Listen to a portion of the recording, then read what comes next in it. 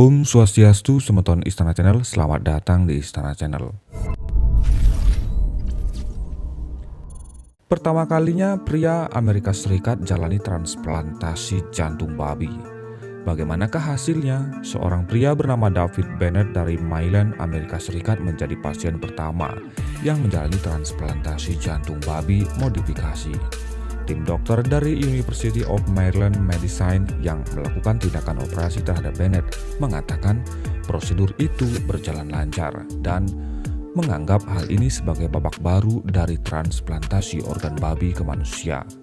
Badan Pengawas Obat dan Makanan Amerika Serikat (FDA) pun telah memberikan izin darurat untuk tindakan operasi transplantasi jantung babi pada 31 Desember 2021 lalu. Kondisi pria berusia 57 tahun itu pun saat ini sudah mulai membaik pasca menerima jantung babi. Kendati demikian, tim dokter harus tetap mengawasi kondisi Bennett untuk memastikan perkembangannya lantaran ini adalah transplantasi organ dari hewan ke manusia yang pertama kali dilakukan dari jenisnya. Dia akan dipantau untuk masalah sistem kekebalan atau komplikasi lainnya. Dilansir dari CNN Selasa 11 Januari 2022, tim dokter mengatakan transplantasi jantung babi adalah pilihan salah satunya bagi penderita penyakit jantung seperti yang dialami pria tersebut. Pasalnya, Bennett dianggap tidak memenuhi syarat untuk transplantasi jantung konvensional atas atau pompa jantung buatan setelah dokter meninjau catatan medisnya. Donor jantung manusia tersedia tidak cukup untuk memenuhi daftar panjang penerima potensial, ungkap ahli bedah Dr. Barley Griffith. Kami melanjutkan dengan hati-hati, tetapi kami juga optimis bahwa operasi pertama di dunia ini akan memberikan pilihan baru penting bagi pasien di masa depan, lanjutnya. Jantung babi yang digunakan Bennett berasal dari babi yang dimodifikasi genetik oleh Revivicor, perusahaan obat regeneratif di Blacksburg, Virginia. Upaya transplantasi jantung babi ke manusia sebelumnya pernah gagal karena perbedaan genetik yang menyebabkan penolakan maupun virus yang berisiko menimbulkan infeksi. Oleh karenanya para dokter menghapus 3 gen yang dapat menolak organ saat xenotransplantasi atau transplantasi organ hewan ke manusia dilakukan. Kemudian mereka juga menghilangkan 1 gen untuk mencegah pertumbuhan jaringan jantung babi yang berlebihan. Sementara 6 gen manusia yang berkaitan dengan penerimaan kekebalan dimasukkan ke genom babi. Bagi Bennett ini adalah kesempatan terakhirnya untuk dapat tetap hidup.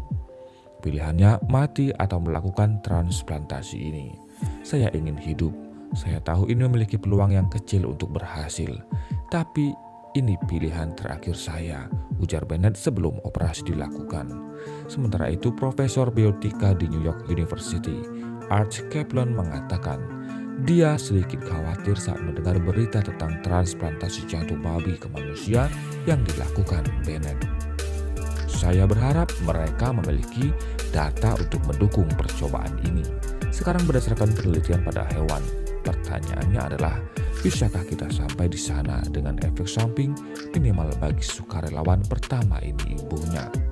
Kaplan mengatakan terlalu dini untuk menyebut prosedur transplantasi jantung babi ke manusia itu sukses.